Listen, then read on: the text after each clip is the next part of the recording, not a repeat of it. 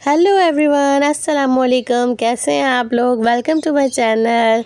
मैं जा रही हूँ भाई के घर। फाइनली 1 महीने बाद मैं जा रही हूँ, क्योंकि 1 हफ्ता मैं रुक कर रही थी। उसके बाद पूरा 1 महीना मैं जा ही नहीं पाई। उससे निकल ही रहे थे कि इतने में मेरा देवर आ गया और उसने हमें स्टॉप तक छोड़ा। और उसके बाद हमने टिकट्स ली और हम चले अपने वीकेंड मनाने। बच्चे ग्रीन बस में जाने के लिए जितने एक्साइटेड थे, जितना खुश थे, मैं इतनी ही टेंशन में थी, क्योंकि मुझसे गाड़ी और बस का सफ़र बिल्कुल बर्दाश्त नहीं होता।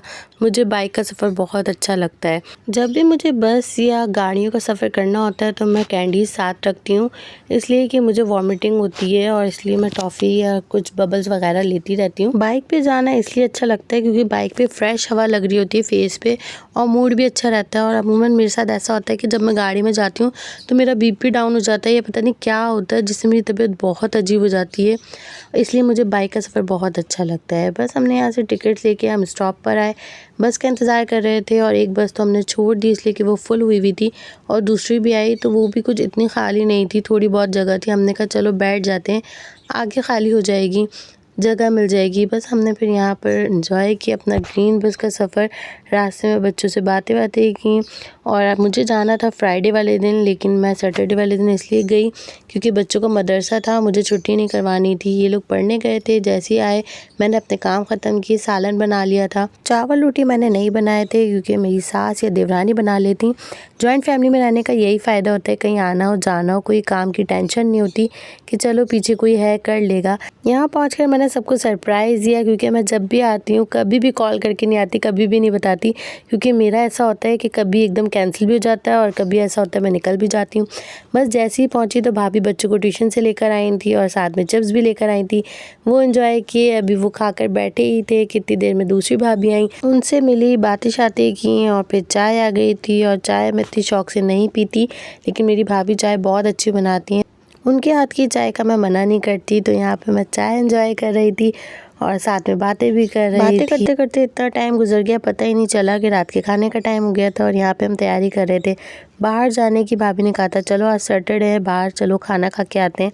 तो हम यहाँ पे तैयार श्यार हुए। वर्दा को शूज़ नहीं पहनने थे तो वर्दा हाथ में लेके गाड़ी में ऐसे ही बैठ गई शूज़ कि मम्मा मैं वहाँ ही जाकर पहनूंगी। उसे बहुत उलझन होती है गाड़ी में शूज़ संभालने में। और फिर गाड़ी में बैठने के बाद सबसे मुश्किल काम कि अब कहाँ जाना है और क्या खाना है, क्योंकि सबकी चॉइसेस अलग अलग होती हैं। किसी को हलीम खानी थी, किसी को पुलाव खाना था, तो किसी को कुछ नया ट्राई करना था। तो बस यही पूरे रास्ते सोचते हुए बहुत मुश्किल काम था हमारे लिए। इन दी एंड हमने डिसाइड किया कि हम अलगौसिया पुलाव खाने चलते हैं। वहाँ का पुलाव हम सबका फेवरेट है और ख़ास तौर पे वजदान को तो बहुत ही अच्छा लगता है वहाँ का पुलाव। तो हमने सोचा हम वहीं चलते हैं और कुछ नया ट्राई करना होगा तो वहीं कर लेंगे। और फिर कहीं बाहर खाना खाने जाना हो तो सबसे ज़्यादा टेंशन परिया की होती है, क्योंकि कुछ ही डिशेज़ हैं जो उसको पसंद है, तो इसलिए उसका बहुत डर लगता है कि वो खाएगी या नहीं खाएगी। लेकिन अलगौसिया का पुलाव ऐसा है कि वो उसको पसंद है, तो इसलिए हमने कहा हम वहीं चलते हैं। अगर किसी और को कुछ खाना हो तो वहाँ से वो ऑर्डर कर लेगा। और यहाँ का पुलाव बहुत ही अच्छा होता है और 24 आवर्स यहाँ पर सर्विस होती है, तो इसलिए यहाँ पर किसी भी टाइम आ जाओ तो इतना ही रश होता है। और रश के बावजूद भी हमें हमारी टेबल फ़ौरन से मिल गई थी, क्योंकि ऊपर भी अच्छा खासा स्पेस है, नीचे भी अच्छा खासा है और बाहर भी तख्त लगे हुए हैं, तो इतनी परेशानी नहीं होती। और फटाफट से फिर हमने मेन्यू डिसाइड किया। सबसे पहले हमने पुलाव ऑर्डर किया। जैसे ही पुलाव आया ताकि हम पुलाव खाएं, बाकी किसी ने ब्रोस्ट मंगाया, किसी ने मलाई बूटी मंगवाई। इस तरह सब बच्चे अपना ऑर्डर दे रहे थे और जिसका ऑर्डर आ रहा था खाना शुरू किया हमने। और मैंने तो सबसे पहले पुलाव स्टार्ट किया, क्योंकि गरम गरम पुलाव खाने का मज़ा ही अलग है। खाना खाने के बाद मीठे की कुछ क्रेविंग हो रही थी और मीठे में कुछ ज़्यादा वैरायटीज़ नहीं थी यहाँ पर, तो हमने डिसाइड किया कि हम आइसक्रीम मंगवा लेते हैं। पिस्ता आइसक्रीम भाभी को दी, बाकी हम सब की चॉकलेट आइसक्रीम थी। और फिर मैं यहाँ पर अपनी आइसक्रीम एंजॉय कर रही थी, सुकून से खा रही थी। और मुझे पर्सनली इनकी चॉकलेट आइसक्रीम बहुत अच्छी लगी। इसका फ्लेवर बहुत स्ट्रॉन्ग था और चंक्स जो आ रहे थे वो बहुत ही अच्छे लग रहे थे।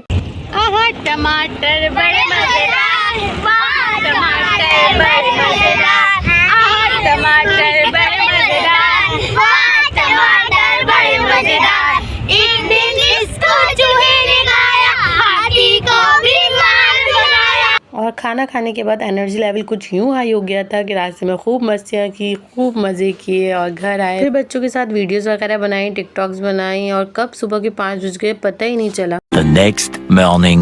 और मेरी मॉर्निंग दोपहर 3 बजे हुई थी। उठते के साथ ही मेरे all time favourite chocolate super biscuit लिए चाय से, और बारिश की आवाज़ से रुका ही नहीं जा रहा था। बिस्किट खाया और चाय भी छोड़ दी और हम लोग सब बारिश में गए, और बारिश में इतना मज़ा आ रहा था। इतनी अच्छी बारिश हुई है और रुकी ही नहीं है, नॉन स्टॉप बारिश हुई। बारिश में हमने मज़े के गेम खेले, और बच्चों के साथ मुझे खेलने में बहुत अच्छा लगता है। मैं खुद बच्ची बन जाती हूँ बच्चों के साथ। और यहाँ पर हम गेम खेल रहे थे। Out, in, out, in, out, out, in, out, in, out, in, out, out. Warda out हो गया, हट जाओ। काफ़ी देर से भाभी हमें नीचे बुला रही थी, लेकिन हमारा दिल ही नहीं कर रहा था कि हम बारिश छोड़कर नीचे जाएं। बड़ी वाली भाभी ने छोले वगैरह बनाए थे। गीले गीले कपड़ों में भाभी ने खाने बिठा दिया, और मैंने अपनी प्लेट बनाई, छोले लिए, कबाब ली, हलीम ली और समोसा लिया। हलीम इनके नेबर्स के से आई थी। हलीम मुझे कोई ख़ास अच्छी नहीं लगी, समोसे अच्छे थे, बाहर के थे, और छोले भाभी ने बनाए थे, कबाब भी भाभी ने बनाई थी। कबाब बहुत टेस्टी थी। मैं 2-3 कबाब तो खा गई थी आराम से।